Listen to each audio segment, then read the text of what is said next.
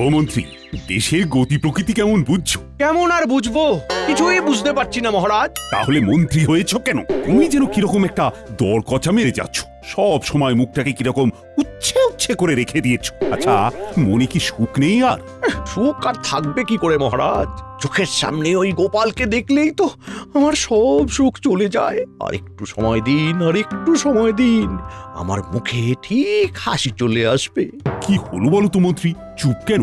মহারাজ, মন্ত্রীমশাই বেশি কথা বলবেন না বলে মনস্থির করেছেন। আজ আমাদের আলোচনার বিষয় হোক মন্ত্রী চুপ কেন। প্রণাম মহারাজ। বলো বলো, কি বলবে বলো। শেখরা আপনার সাথে কথা বলতে চাইছে মহারাজ।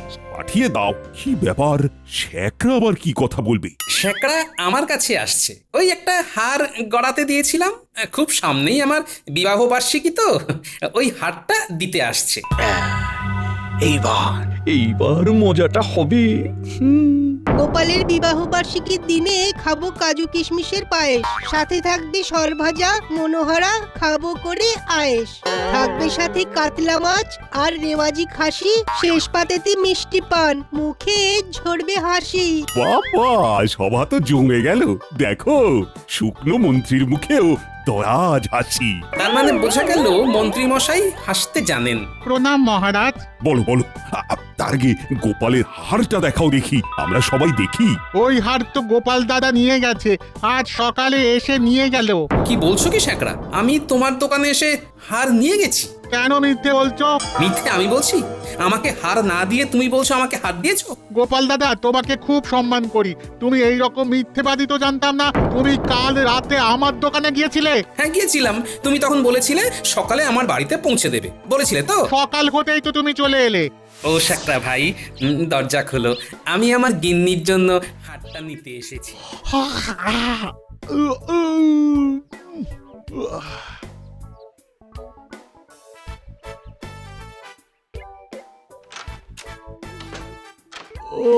ও গোপাল দাদা, কাল সারা রাত কাজ করে এই একটু আগে ঘুমোতে গেলাম। ও, হয়ে গেছে?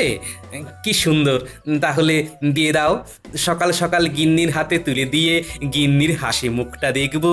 সত্যি তুমি পারো বটে গোপাল দাদা। দাঁড়াও দাঁড়াও, চোখে মুখে একটু জল দিয়ে আসি।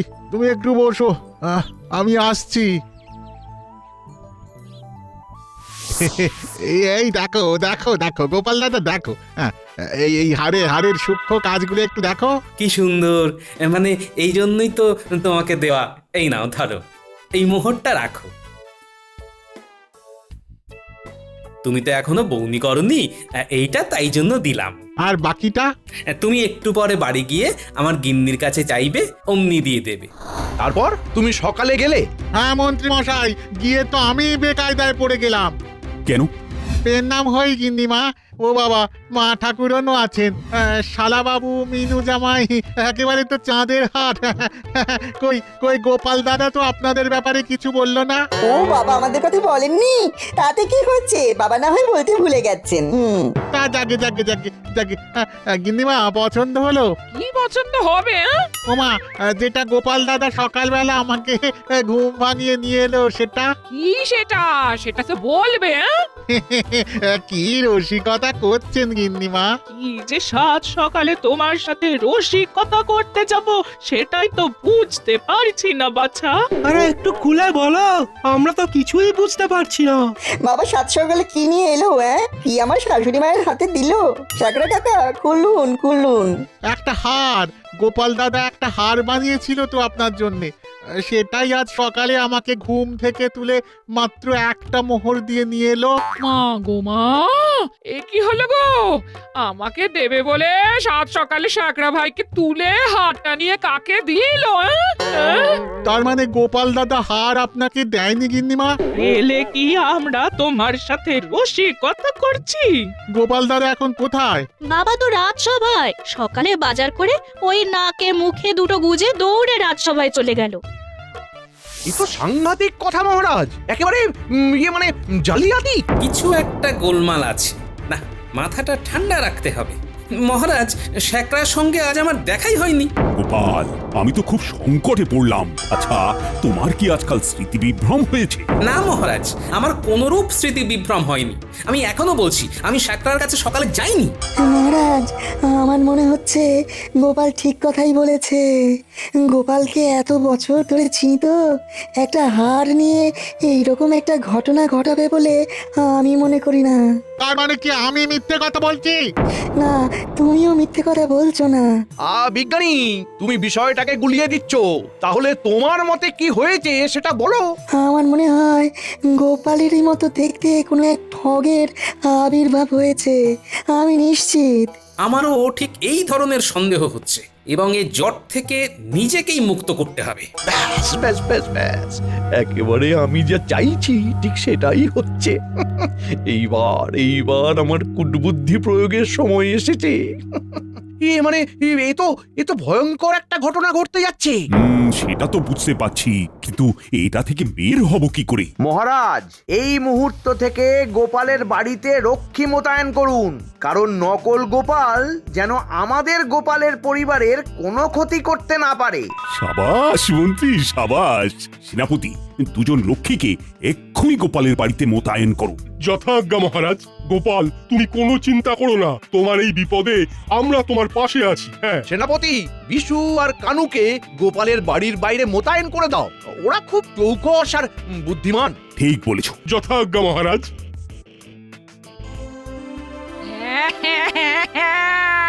এ আমার কি সর্বনাশ হলো!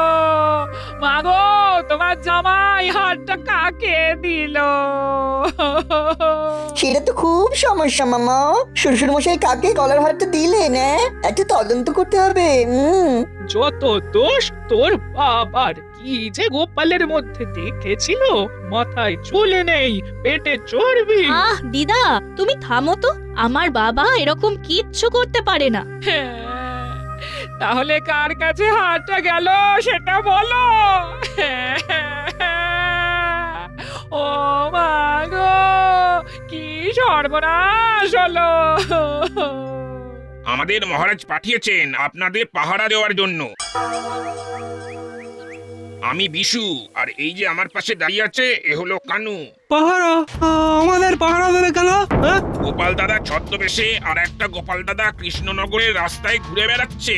তার মানে দুটো বাবা? ওরে বাবা, কারো একটাও জোটে না, আবার কারো ভাগ্যে দুটো। তুমি থামবে? দুটো বাবা নয়, একটা বাবা, একটা নকল বাবা। এবারেই সবচেয়ে ঝামেলা। কোনটা আসল কোনটা নকল সেটা জানবো কি করে? কেন, ঘরে ঢুকতে গেলেই জিজ্ঞেস করব আমার নাম কি? নকল গোপাল দাদা তো বলতে পারবে না। আমাদের ওই জন্যই মহারাজ পাঠিয়েছেন।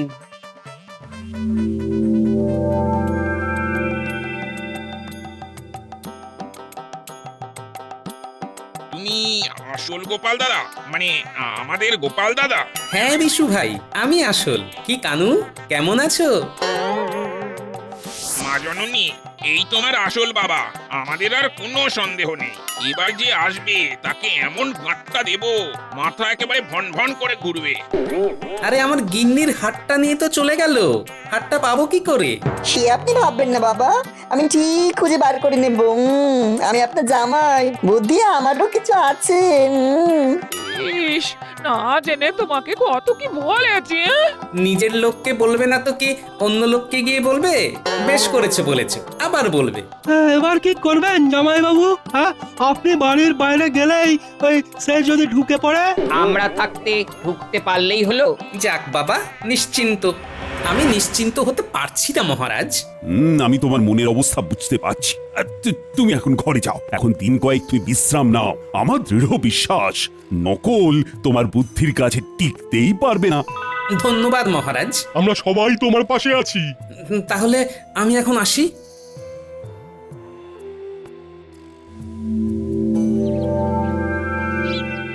ওই দেখ, গোপাল দাদুর মতো দেখতে।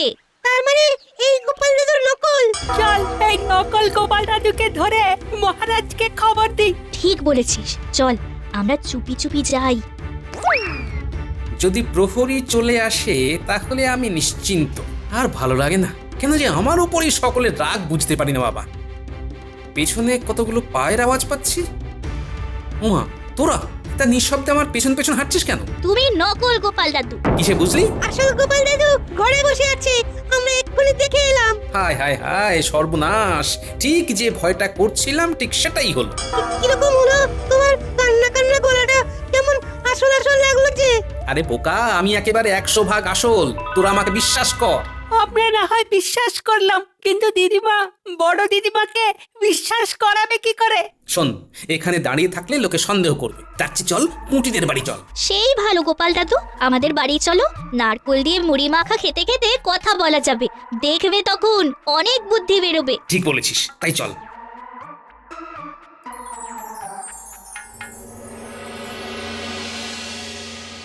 এ কি ঘটছে মহারাজ? একজন নকল লোক আসল গোপাল সেজে গোপালের ক্ষতি করতে চাইছে, আর আমরা কিছু করতে পারছি না। গোপালের ঘরের সামনে দুটো রক্ষী নিযুক্ত করেছি। নকল গোপাল ঘরের সামনে গেলেই ধরা পড়ে যাবে। আমাদের গোপাল ঠিক আছে তো মহারাজ? হ্যাঁ, ঠিক আছে। আমার ধারণা গোপালের বুদ্ধির কাছে ওই নকল গোপাল কিচ্ছু করতে পারবে না। ধরা ওকে পড়তেই হবে। জামাই বাবু, আজ সারা রাত গল্প করবো। হ্যাঁ, ঠিক বলেছেন মামা, আজ আপনাকে একদম ঘুমোতে দেব না, শুধু গল্প করব। তাহলে তোরা উঠোনে বসে গল্প কর। না না, রাত জাগলে একদম চলবে না, কাল রাজসভায় যেতে হবে, কত কাজ আছে। কাল সকালে বাজার যাবেন তো, আমার জন্য ভালো কই মাছ নিয়ে আসবেন। মার হাতে তেল কই খেয়েছেন মা? কাল তাহলে তেল কই। সবই তো হবে, সে তোমার শ্বশুর মশাইকে জিজ্ঞেস করো। কে টাকা আছে না, আবার মাসের শেষের গল্প শুনিয়ে দেবে। হ্যাঁ, আরে ধুর, কি যে বলো গিন্নি, একটা জামাই আর একটা শ্যালো, এরা খেতে চেয়েছে, তা এদের জন্য আনবো না? ও মা, এ যে দেখি জলে ভাসে শিলা। এটাই মা শ্বশুর মশাইয়ের লীলা। কিরকম একটা মিছু গন্ধ ছাড়ছে না? জামাইয়ের ওই চেটাং চেটাং কথাগুলো কোথায় গেল? আচ্ছা জামাই বাবু, যদি ওই নকলের সাথে আপনার দেখা হয় তবে কি হবে? নকলের ঘেঁটি ধরে এমন ঝাঁকিয়ে দেবো না, বুঝবে। এই চলো এবার শুয়ে পড়ো, কাল আমার অনেক কাজ। এরা না ঘুমোলে আমি বেরোতে পারবো না, আর না বেরোলে বাজারের পয়সা পাবো কি করে? তুমি এখানেই ঘুমাও, এখানেই। তোমার যা নাক ডাকা, কাউকে তো ঘুমাতে দেবে না। হ্যাঁ, তা যা বলেছো গিন্নি, তাহলে কাল সকালে দেখা হচ্ছে।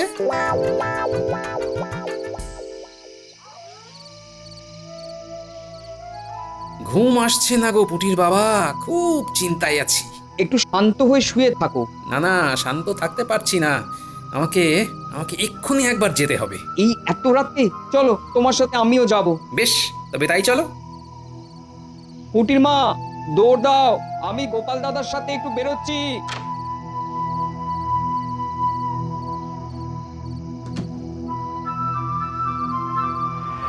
কি ভাবছেন মামা? তুমি যেটা ভাবছো আমিও সেটাই ভাবছি। এই জামাই বাবু আমার জামাই বাবু নয়। হ্যাঁ, একদম ঠিক বলেছেন মামা, এই শ্বশুরের মধ্যে সেই অসুর ব্যাপারটা পাচ্ছি না। আসল জামাই বাবুকে দরকার। সেই জামাই বাবুটা কোথায় কে জানে। ঘরের কাছাকাছি এসে গেছি পুটির বাবা, একবার দূর থেকে এই ঘরটাকে দেখবো। ওই দেখো গোপাল দাদা, তোমার ঘর থেকে কি বের হচ্ছে এত রাতে? আরে বাস, এ তো দেখি আরেকটা আমি। এত রাতে যাচ্ছে কোথায়? আর প্রহরী দুজন ঘুমোচ্ছে। চলো পিছু নিয়ে দেখি। ঠিক বলেছো, চলো।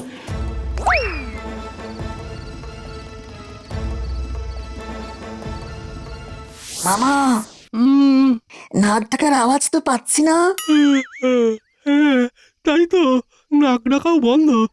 চলো তো বাইরে গিয়ে দেখি।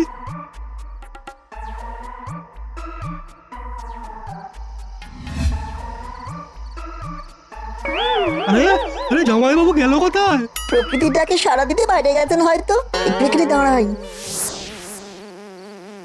দেখছো পুটির বাবা, আমার মনে একটা সন্দেহ প্রথম থেকেই ছিল। এই পুরো ঘটনাতে মন্ত্রী মশাই ঠিক আছেন। এখন দেখো ওই নকল আমি কিরকম গুটি গুটি পায়ে মন্ত্রী মশাইয়ের বাড়ি যাচ্ছে। কি করবে গোপাল দাদা? কি কথাবার্তা হয় শুনবে? মাথা খারাপ, এখন সোজা বাড়ি যাব, শূন্যস্থান পূরণ করতে হবে না। তার মানে পথে যেতে যেতে সব বলবো, এখন সোজা চলো।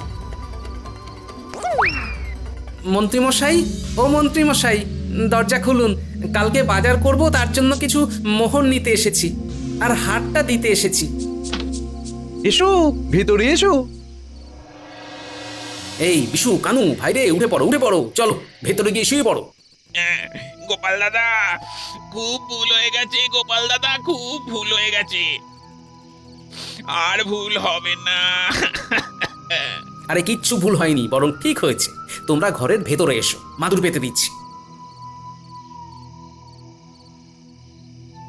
আরে আরে জামাইবাবু কোথায় গেল? হ্যাঁ, কোথাও যাইনি, নিজের ঘরে ফিরছি। আসল নকল বুঝতে পারো না শালাবাবু, শুধু সকাল থেকে গিলেই চলেছে। এই তো আসল বাবা ফিরে এসেছে। কিসে বুঝলে জামাই বাবা জীবন? কিসে আর বাছা, এই তোমার চ্যাটাং চ্যাটাং কোথায় আর কি। যাক, তাহলে একজন আমাকে ঠিক বুঝতে পেরেছে। আমরা সহধর্মিনীও এত বছর সংসার করার পরও আমাকে চিনতে পারিনি। যাকে যাক, এখন তোমরা যে যার ঘরে গিয়ে শুয়ে পড়ো। নকল গোপালকে হাতে নাতে ধরতে হবে। আমরা কি করব? মিনুমা, তো বালিশ দে তো। প্রহরী দুজন এখন শোবে, বুঝলি?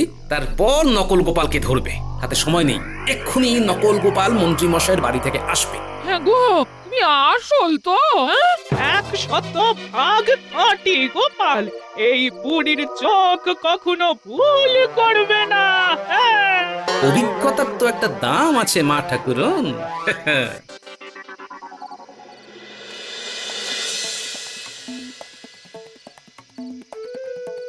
যাক, কিছু পাওয়া গেল।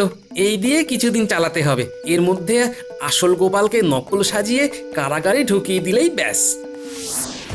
এ কি, পাহারাদার দুজন কোথায়?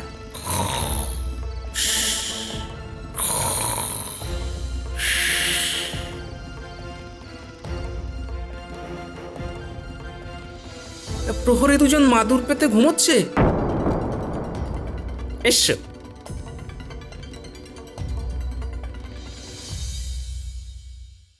এ কি, আমার খাটে কারা শুয়ে? এই, তুমি কে? তোমার ঘেঁটি ধরে বার করবো।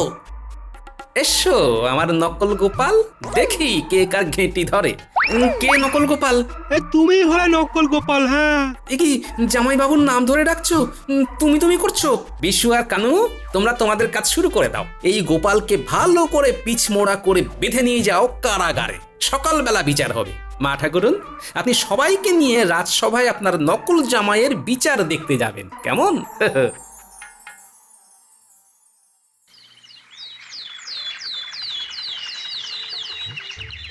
বাবা, প্রকৃতির কি অসাধারণ খেলা, একটা ছেড়ে দুই গোপালের মেলা। সহকবি, বিজ্ঞান কি বলে জানো? এই বিশ্বের কোনো না কোনো জায়গায় একটা মানুষের হুবহু এক আকৃতি মানুষ আছে। এ কি জ্বালা, আবার আমার মতো কেউ আসতে পারে? অবশ্যই, মন্ত্রী যদি ইচ্ছা করেন তবে আসতে পারে। ওই তো মন্ত্রী মশাই এসে গেছেন।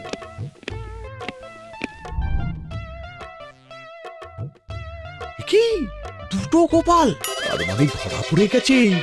ও বাবা, কি ভাবছো মন্ত্রী? দুজন গোপাল, একজন আসল আর একজন নকল। এবার আসল ঘটনা শুনি। এই আসল ঘটনা মানে? মানে এই দ্বিতীয় গোপালটিকে কোথা থেকে জোগাড় করলেন? দেখো, সত্যি করে বলো।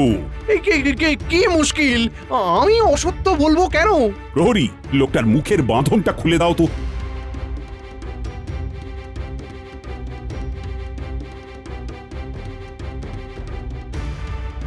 বলো বলো, সত্যি বললে শাস্তি কম হবে, আর মিথ্যে বললে এবং সেটা মিথ্যে প্রমাণ হলে কঠিন শাস্তি পাবে। আমি একজন হরবোলা, এছাড়া সবার গলা নকল করতে পারি।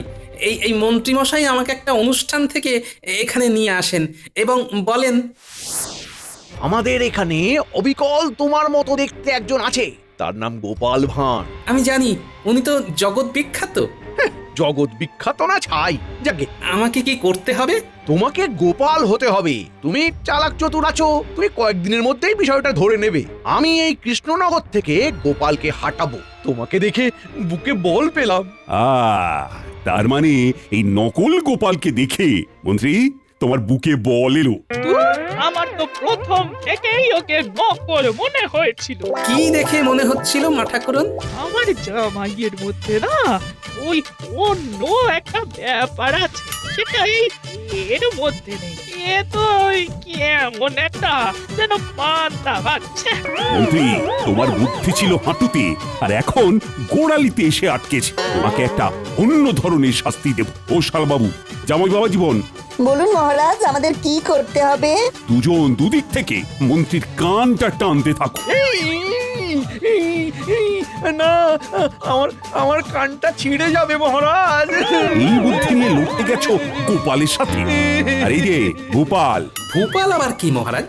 ওই যে তোমার নকল শ্যাকরার হাটটা দাও। ওই কাল রাতে মন্ত্রী মশাইয়ের কাছে দিয়ে দিয়েছি। মন্ত্রী, শেষে চুরি? ছি ছি ছি ছি, ছি। না না না না না না, তোমাকে কারাগারেই যেতে হবে। আর ভোপাল, তোমাকে কি শাস্তি দিই বলো তো? একটা কথা বলি, ওকে আমাদের সভাতে রেখে দিন। মাঝে মাঝে ওই পাখির ডাক শুনিয়ে আমাদের মন ভরাবে। খুব একটা মন্দ বলনি। তুমি এখানেই থেকে যাও। মহারাজ, আমাকে মুক্তি দিন। পথে পথে পাকপাকালির ডাক শুনিয়ে নিজের পেট চালাবো। সেই ভালো, ঠিক আছে, আজ এখানে থেকে যাও, কাল চলে যেও। আর কই শালবাবু, জামাই বাবা জীবন, আরে তোমরা থেমে আছো কেন? মন্ত্রীর কান টানো। সব ভালো যার শেষ ভালো তার বলে গেছেন পণ্ডিতে। মন্ত্রী থাকেন গরু গাধা আর ছাগলের গন্ডিতে। সাধু সাধু।